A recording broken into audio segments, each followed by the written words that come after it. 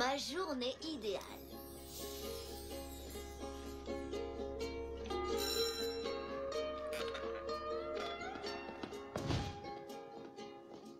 Je sais ce que vous pensez là tout de suite. Vous vous dites que tout ça sort de mon imagination, que je suis en train de rêver, que c'est une pure invention de ma part. Eh ben non, les amis, ce que vous voyez là est plus vrai que vrai. Le jus que tu as demandé, avec des fruits frais tout juste pressés. Gracias, Seigneur Zonka. Mon père a veillé tard pour finir tes devoirs. Danke, Herr Bertrand François. J'ai des billets pour le concert des Slobers, mais j'ai pas pu avoir de premier rang comme tu voulais. Oh. Ça ira quand même. JB, mon pote, j'avais dit 2 places au premier rang central. Ah. Tu veux gâcher ma journée idéale? Non, je vais voir ce que je peux faire. En avant, mes porteurs! Ah. Oh, vous êtes là. Ça vous intéresserait de savoir comment vivre ce rêve? Je m'en doutais un petit peu. Suivez-moi dans le passé. Tout au début de l'année scolaire, Alvina m'a demandé de lui rendre un service que je lui devais. Elle voulait que je garde Pierre à sa place. Et même si j'avais des tonnes de trucs plus sympas à faire, j'ai pas pu refuser. Parce que la semaine d'avant, j'avais demandé à Alvina de me prêter son J-Pod. Elle a accepté à condition que je lui rende à mon tour un service au moment où elle me le demanderait. Et c'est là le hic. On a scellé le marché en se serrant le petit doigt. Comme vous le savez, quand on se serre le petit doigt, c'est plus fort que tout. Encore plus fort que de se cracher dans la main. Ça a plus de valeur qu'un contrat écrit. Se serrer le petit doigt, c'est une tradition très ancienne qui remonte aux hommes des cavernes. D'après les historiens, le premier à avoir serré un petit doigt est l'homme de Cro-Magnon lorsqu'il a accepté de partager le feu avec l'homme de Néandertal en échange de conseils en déco d'intérieur. La légende raconte que Christophe Colomb a serré le petit doigt d'Amerigo Vespucci pour sceller leur accord secret. Le nouveau continent porterait le nom d'Amerigo et en échange, Christophe Colomb s'engagerait à lui révéler la recette des lasagnes de sa mère. Et d'après ce que j'ai entendu, les Slobers ont reçu leur talent de guitariste de folie du diable en personne, en échange du tout premier exemplaire de leur album. Marché conclu, vous l'avez deviné, par un serrage de petits doigts. Comme je disais, se serrer le petit doigt, c'est un truc sérieux. Et c'est en gardant mon petit frère Pierre que m'est venue l'idée la plus ouf, la plus colossale, la plus génialissime de l'histoire de l'humanité. Juste derrière le babysitting électronique. J'allais rendre des services, petits et grands, à tout le monde et sceller chaque marché avec un serrage de petits doigts. Et je demanderais à tout le monde un retour d'ascenseur le même jour. Et ce jour entrerait dans l'histoire sous l'appellation ma journée idéale.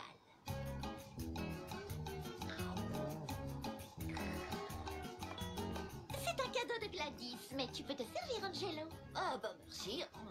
Pour être honnête, tout n'avait pas très bien commencé. Bonjour, monsieur le vigile. Une petite pause, je vous offre une boisson fraîche. Je vois qu'il y a une machine et je vous remplace pendant ce temps en échange d'un service plus tard.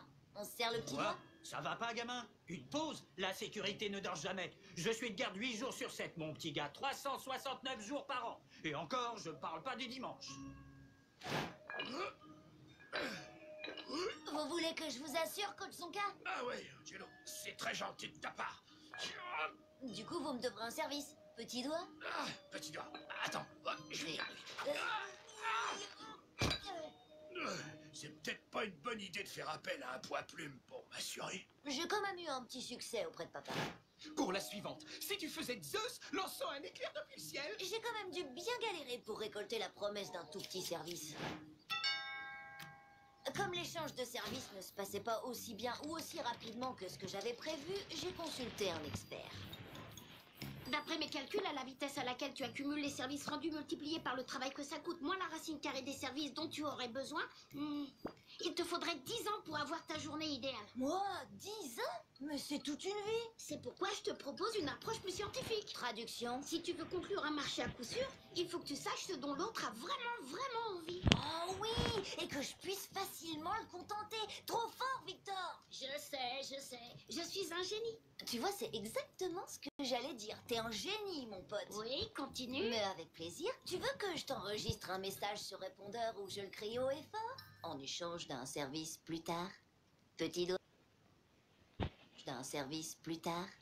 Petit doigt?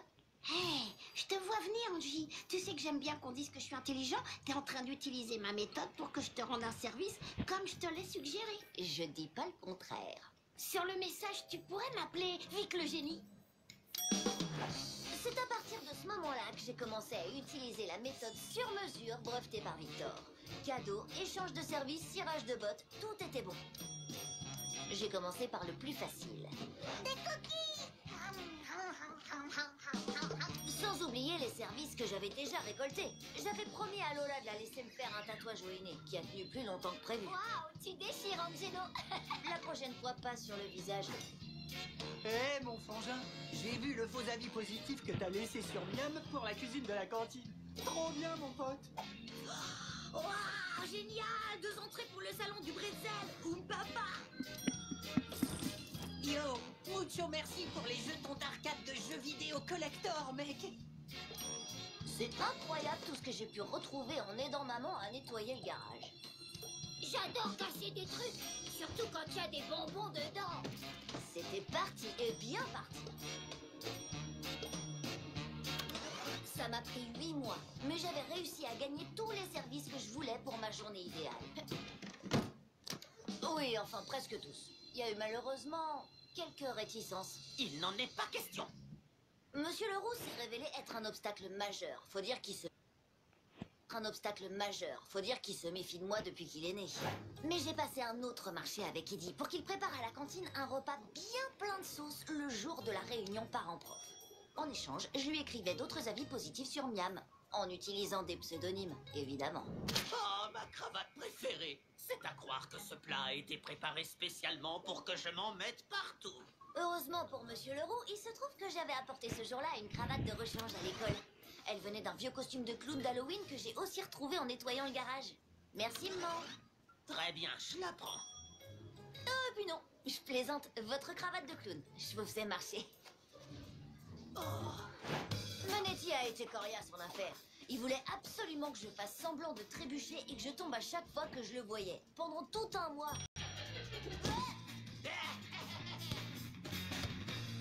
Sans jamais se lasser de mes cascades. Jamais. Ça faisait pas vraiment mal, vu que je portais des protège-coudes et des protège-genoux sous mes vêtements. C'était même plutôt marrant, en fait. C'est le truc le plus drôle que j'ai jamais vu. Manetti, qu'est-ce que tu fais ici? Je croyais que c'était chez moi, monsieur. T'es tombé. Qui aurait cru que le marché le plus difficile à conclure serait avec Mademoiselle Perla? Mais à force de persévérance, elle a accepté que j'organise une vente de gâteaux dont les bénéfices serviraient à acheter du matériel pour son cours d'art plastique. D'accord. Mais bon, faire cuire des gâteaux, ça prend un temps de dingue. Alors, j'ai convaincu Cathy de donner ses cupcakes en échange d'un petit coup de pouce côté cœur. Petit flashback. Juste avant de me faire éjecter du centre commercial, j'ai dit au vigile que Cathy avait un petit faible pour lui. Salut, Cathy. Je me demande si vous avez un peu de temps, peut-être que vous et moi, on pourrait, vous savez quoi, comment dire, décider. J'imagine que tout ça vous donne le tournis. Mais j'ai jamais dit que c'était du gâteau de planifier ma journée idéale.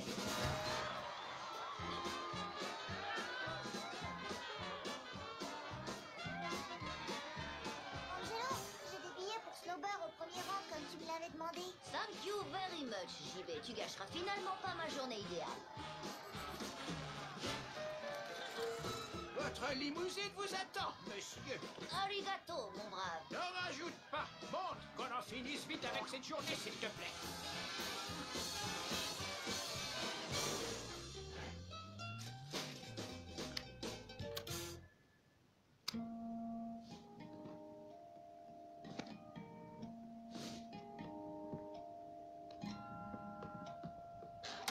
Ah, c'est tout simplement incroyable ce que tout a bien marché.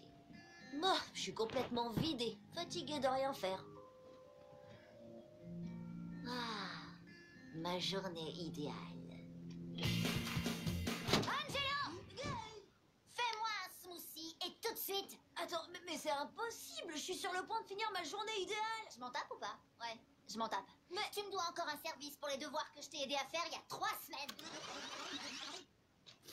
On s'est serré le petit doigt. Tu te rappelles? Tu peux pas te débiner. T'as plutôt intérêt à me faire ce smoothie et que ça saute. Et ajoute-y mes graines de chia, s'il te plaît. C'est censé hydrater la peau de mon visage. J'avais presque passé ma journée idéale parfaite. Presque. Bon, vous savez ce que ça veut dire. Il est grand temps de penser à ma prochaine journée idéale. On serre le petit doigt?